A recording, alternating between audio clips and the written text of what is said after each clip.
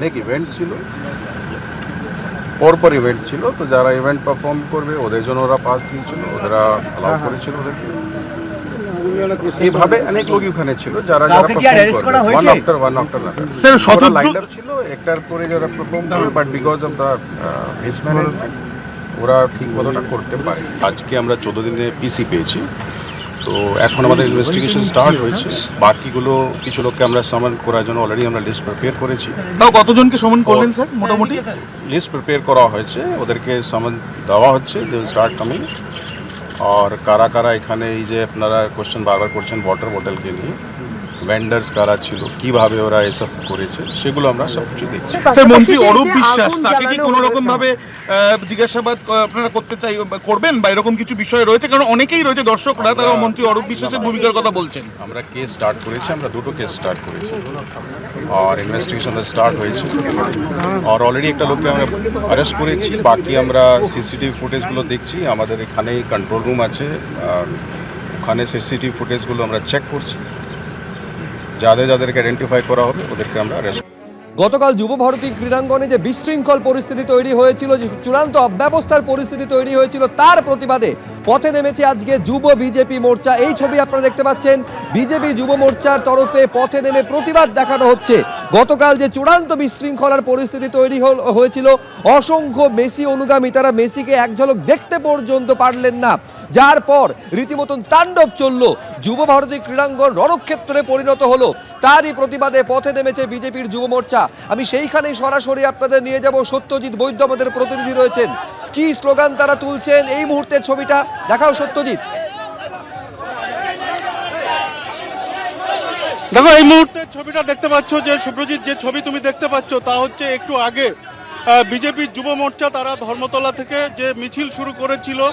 গতকালের যে ঘটনা, সেই ঘটনায় বিশৃঙ্খলার জন্য তারা শাসক দলকে দায়ী করছে এবং এর পিছনে দুর্নীতি আছে এই অভিযোগে যে আন্দোলন, যে বিক্ষোভ শুরু হয়েছিল, সেই বিক্ষোভ মিছিল তারা কিন্তু রানী রাসমণি রোড থেকে প্রথমে আমরা দেখি যে এগিয়ে আসে মিছিল করে এবং তারপর আকাশবাণীর দিকে এগিয়ে আসে। এবং এই মুহূর্তে তুমি দেখতে পাচ্ছ যে গোষ্ঠপালের যে মূর্তি, সেই গোষ্ঠপালের মূর্তির পাদদেশে বিক্ষুব্ধরা জমায়েত করেছেন, যেখানে নেতৃত্বে রয়েছেন উত্তর কলকাতা জেলা তৃণমূলের নেতৃত্ব, এর পাশাপাশি তমগ্ন ঘোষ এবং এর পাশাপাশি ইন্দ্রনীল খাঁ তিনিও রয়েছেন। এবং তুমি সেই ছবিটা দেখতে পাচ্ছ যে এখানে এই মুহূর্তে বিক্ষোভ দেখানো হচ্ছে এবং একদিকে যেমন দুর্নীতির অভিযোগ রয়েছে, তেমনি অব্যবস্থার জন্য পুলিশকেও দায়ী করা হচ্ছে।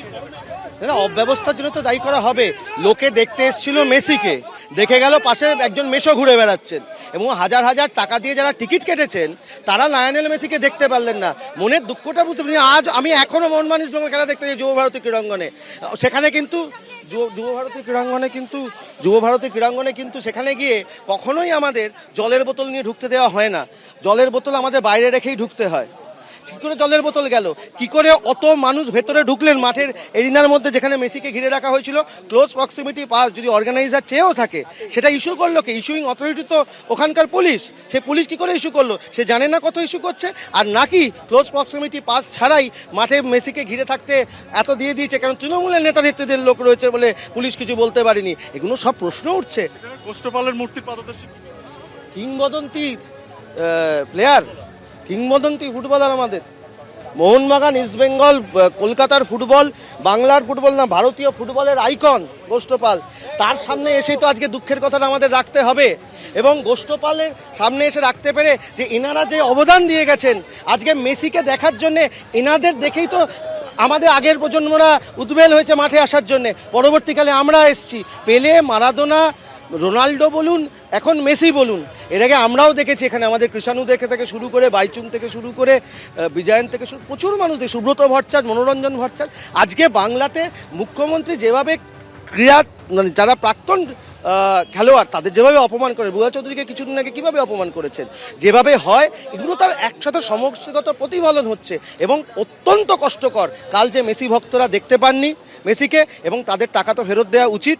শুধু একজনকে স্কেপগোট করে জেলে পুরলে হবে না, বাদ বাকিগুলোকেও পুরতে হবে। একেবারে শাস্তির দাবি রয়েছে। অন্যদিকে যারা ভক্তরা দেখতে এসেছিলেন মেসির যারা ফ্যানেরা দেখতে এসেছিলেন তারা যে তাদের টাকা ফেরত দিতে হবে, তাদের যে অর্থ টিকিটের অর্থমূল্য ফেরত দিতে হবে, এবং পাশাপাশি যে প্রতিশ্রুতি রয়েছে এখানে যে এখানে বিজেপি নেতৃত্ব যেমনটা বলছেন যে তারা পরবর্তীতে মেসিকে আনার চেষ্টা করবেন কলকাতাতে এবং আবার আনতে হবে সেই দাবি রয়েছে। এবং এই দাবিতে মিছিল করে এসে এখন তুমি দেখতে পাচ্ছ যে ময়দানে গোষ্ঠপালের যে মূর্তি সেখানে এইখানেই এসে এই বিক্ষোভ, এবং এখানে তুমি দেখতে পাচ্ছ যে এখানে যারা বিক্ষুব্ধরা এসছেন তারা গোষ্ঠপালের মূর্তির পাদদেশে তারা জমায়েত করেছেন। পাশাপাশি রাস্তার একাংশ কিন্তু অবরুদ্ধ করে রাখা হয়েছে, সেই ছবি তুমি দেখতে পাচ্ছ যে আকাশবাণীর সামনের যে রাস্তা তার সেই রাস্তার একটা দিকের লেন পুরোপুরি অবরুদ্ধ রয়েছে। এবং এই ঘটনার প্রতিবাদে অর্থাৎ গতকালের যে যুবভারতীতে যে বিশৃঙ্খলা যে পরিবেশ তৈরি হয়েছিল এবং তার পাশাপাশি এই ঘটনার একেবারে গতকালকে যে চূড়ান্ত বিশৃঙ্খল পরিস্থিতি তৈরি হয়েছিল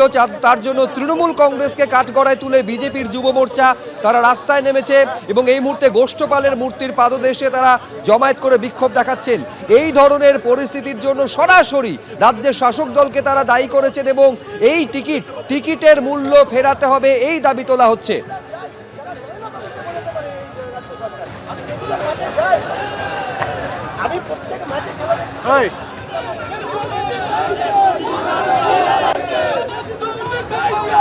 ইতিমধ্যে আপনারা জানেন যে এই ঘটনার তদন্ত শুরু হয়েছে, স্বতঃপ্রণোদিতভাবে দুটি ধারায় মামলা রুজু করা হয়েছে এবং ইতিমধ্যেই শতদ্রু দত্তকে গ্রেফতার করে 14 দিনের জন্য নিজেদের হেফাজতে পেয়েছে পুলিশ। বিধাননগরের সিপি কি বলছেন একবার দেখব।